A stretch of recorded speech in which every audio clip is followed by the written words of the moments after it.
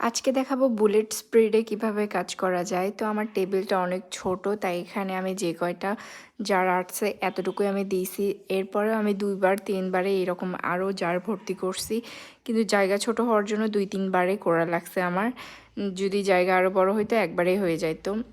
এখানে দেখতেই পাচ্তেছেন আমি হচ্ছে যে 2টা লেয়ার করে কেক দেওয়ার ট্রাই করছি, আর 2টা লেয়ারে ক্রিম দেওয়ার ট্রাই করছি, আর তার উপরে আমি চকলেট গানাশ দিয়েছি। চকলেট গানাশটা একটু বেশি থিক হয়ে গেছিলো, যার কারণে প্রথমে স্প্রেড হইতে চাচ্ছিল না। তারপর আমি একটু গরম করে নিয়ে আসি, আমি ওর মধ্যে আর কোনো ক্রিম ইউজ করিনি, একটু গরম করে নিয়ে আসছি, কারণ চকলেটটা যত ঘন হবে খাইতে তত ভালো লাগবে। আর এখানে আমি চকো চিপস দিছি, সেটার হচ্ছে ভিডিওটা হয় নাই, কোনোভাবে কাট হয়ে গেছে, যার কারণে আমি লাস্টে একটুখানি এমনিতেই জাস্ট দেখাইছি যে এখানে চকো চিপসও আমি দিছি হালকা করে আর কি।